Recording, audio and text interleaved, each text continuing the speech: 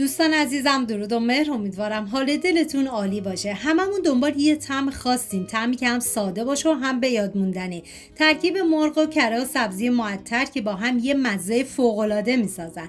اگه دلتون یه غذای خاص و متفاوت میخواد تا آخر ویدیو همراه من بمونید.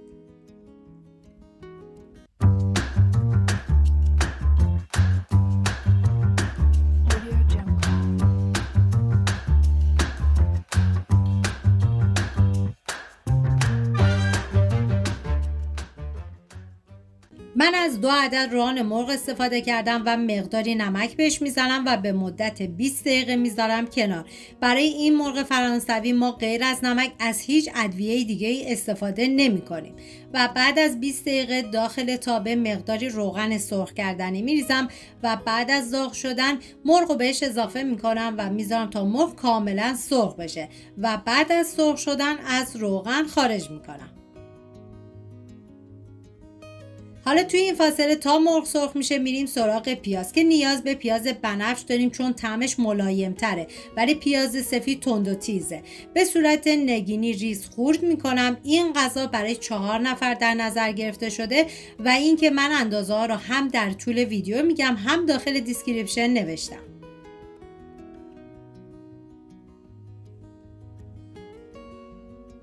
داخل تابه باید 70 گرم کره بریزید که برای این مرغ باید حتما از کره استفاده کنید. بعد از داغ شدن پیازی که ریز کردم و بهش اضافه میکنم، هم میزنم و میذارم تا پیاز کاملا سرخ بشه.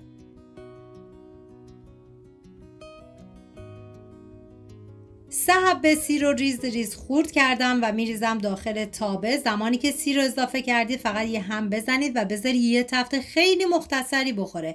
نیازی به تفت دادن بیش از حد نداره. برای این مقدار مرغ نصف لیوان آب میریزم داخل تابه. بیشتر از نصف لیوان آب نباید اضافه بکنید. هم میزنم.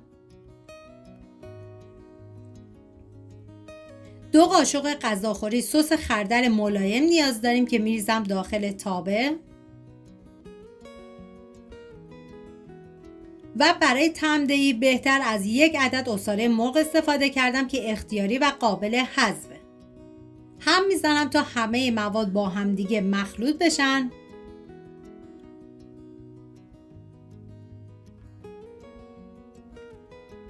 و 1 قاشق غذاخوری خامه که همدمای محیط باشه، به هیچ عنوان از خامه سرد نباید استفاده کنید. بهش اضافه میکنم و هم میزنم. اگر از روش‌های تکراری پخت مرغ خسته شدین بهتون پیشنهاد میکنم که این مرغ فرانسوی رو درست کنین که هم یه طعم متفاوت و فوق‌العاده خوشمزه داره، هم یک گزینه عالی برای مهمونیاتون میتونه باشه.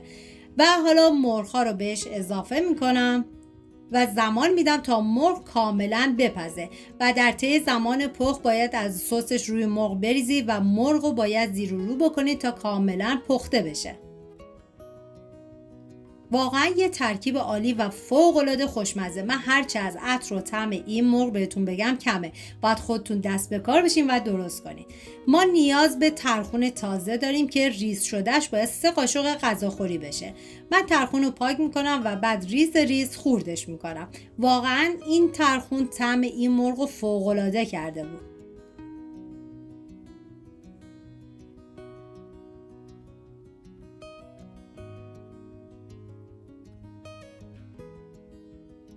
و بعد از اینکه مرغ کاملا پخت 10 دقیقه آخر باید ترخون رو بهش اضافه بکنید و بعد از 10 دقیقه این مرغ دیگه آماده است.